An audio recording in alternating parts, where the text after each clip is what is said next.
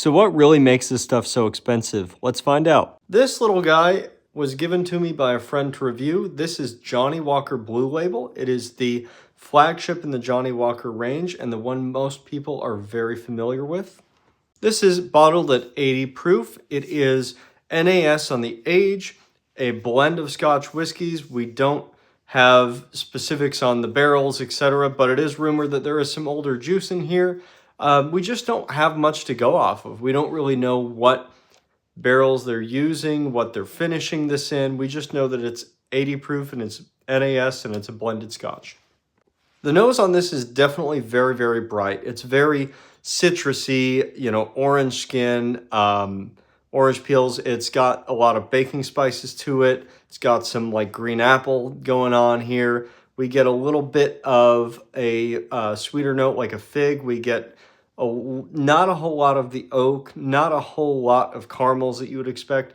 Mainly it's that citrus, that vanilla, the baking spices, a ton of that. We do get a little bit of like a roasted nut thing going on here as well. Now on the palate, you do get a lot that the nose had to offer, but you get a lot more vanilla. There is really no heat to it or burn, and it doesn't really have a whole lot of distinguishing, flavors. It doesn't really have a lot of complexity to it. It's just vanilla, the citrus and baking spices, and then it's very woody and kind of a longer finish. I'd say save your money and get some of the other Johnnie Walker products that are pretty good for how well they're priced. This I would skip and get a similar experience for far less money.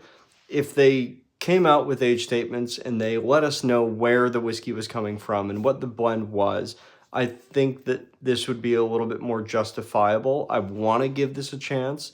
I want to like it and say, hey, they just didn't market it like they should have. But, it's just a tough call, unfortunately, because there's a lot of question marks for that price point. And I think a lot of people drink this and assume they're drinking a very high-end whiskey, and funnily enough, are kind of snobby. Oh, I only drink Johnnie Walker Blue. It's like, yeah, but you're not really drinking complex whiskey. You're drinking, basically a basic whiskey, in my opinion, that has a little bit more citrus and orange peel notes to it.